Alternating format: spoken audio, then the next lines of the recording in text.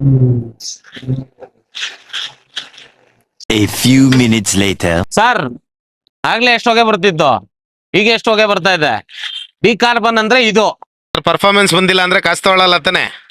Performance ಬಂದಿಲ್ಲ ಅಂದ್ರೆ ₹1 ಕಾಸು ಕೊಡ್ಬೇಡಿ. ಡವ್ ಹತ್ರ ಮಾತಾಡ್ತೀರಾ, ನಮ್ಮ ಹತ್ರ ಮಾತಾಡಿ. ಮಾತಾಡೋಣ.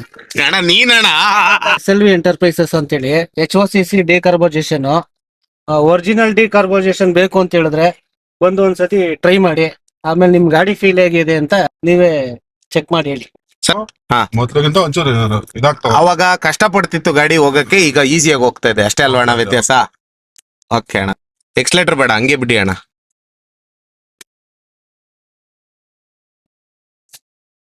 ಅಣ್ಣ ವಿತೌಟ್ ಎಕ್ಸ್ಲೇಟರ್ ಆರಾಮಾಗಿ ಹೋಗ್ತಿದ್ಯಾ? ಸ್ಮೂತ್ ಆಗಿದ್ಯಾ ಗಾಡಿ? ಈಗ ಪಿಕಪ್ ಬಂದಿದ್ಯಾ? ಜರ್ಕಿಂಗ್ ಏನ ಕಾಣ್ತಿದ್ಯಾ? ನೋಡಿ, ಓಡ್ಸ್ ನೋಡಿ. ಇಲ್ಲ ಜರ್ಕಿಂಗ್ ಇಲ್ಲ.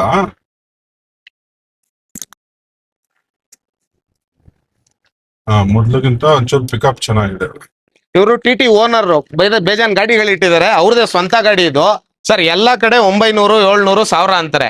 ಇಲ್ಲಿ ನಮ್ಮ ಹತ್ರ 2000ಕ್ಕಿಂತ ಜಾಸ್ತಿನೇ ಆಗ್ತಾ ಇದೆ. ಆದ್ರೂ ನಮ್ಮ ಹತ್ರ ಮಾಡಿಸ್ತಾ ಇದೀರಲ್ಲ, ನಿಮಗೆ ವರ್ತ್ ಅನಿಸ್ತಿದ್ಯಾ ಸರ್? ಹೊರತು ಅನಿಸ್ತಾ ಇದೆ, ಆದ್ರಿಂದಾನೇ ಬಂದ್ ಮಾಡಿಸ್ತಾ ಇದೆ. ಸರ್ ಸ್ಮೆಲ್ ಹೆಂಗ್ ಡಿಕಾರ್ಬನ್ ಅಂತಿದ್ರಲ್ಲ, ನೋಡ್ಕೊಳ್ಳಿ.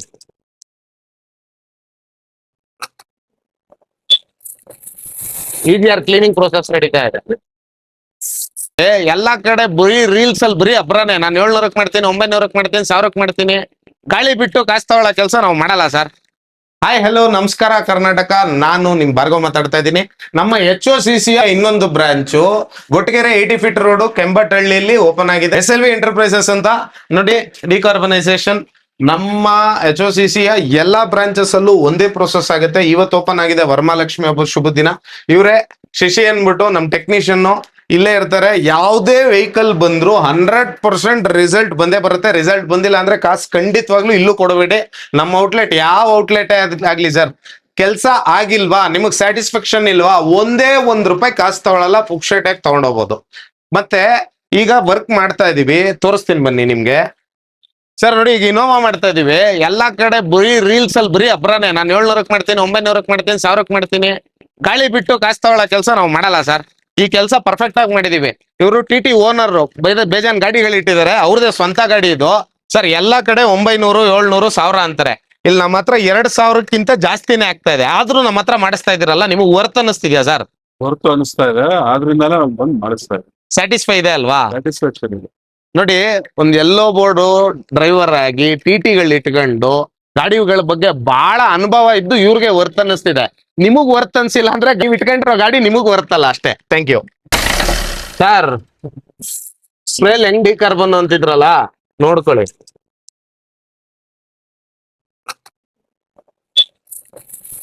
EGR ಕ್ಲೀನಿಂಗ್ ಪ್ರೋಸೆಸ್ ನಡೀತಾ ಇದೆ. ಮಾಡಿ ಹೇಳೋಣ.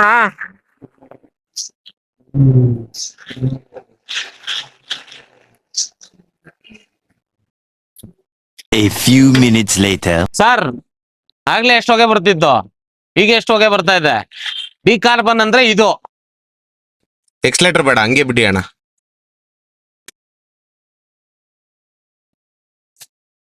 ಅಣ್ಣ ವಿತೌಟ್ ಎಕ್ಸ್ಲೇಟರ್ ಆರಾಮಾಗಿ ಹೋಗ್ತಿದ್ಯಾ? ಸ್ಮೂತ್ ಆಗಿದ್ಯಾ ಗಾಡಿ? ಈಗ ಪಿಕಪ್ ಬಂದಿದ್ಯಾ? ಜರ್ಕಿಂಗ್ ಏನ ಕಾಣ್ತಿದ್ಯಾ? ನೋಡಿ, ಓಡ್ಸ್ ನೋಡಿ. ಇಲ್ಲ ಜರ್ಕಿಂಗ್ ಇಲ್ಲ.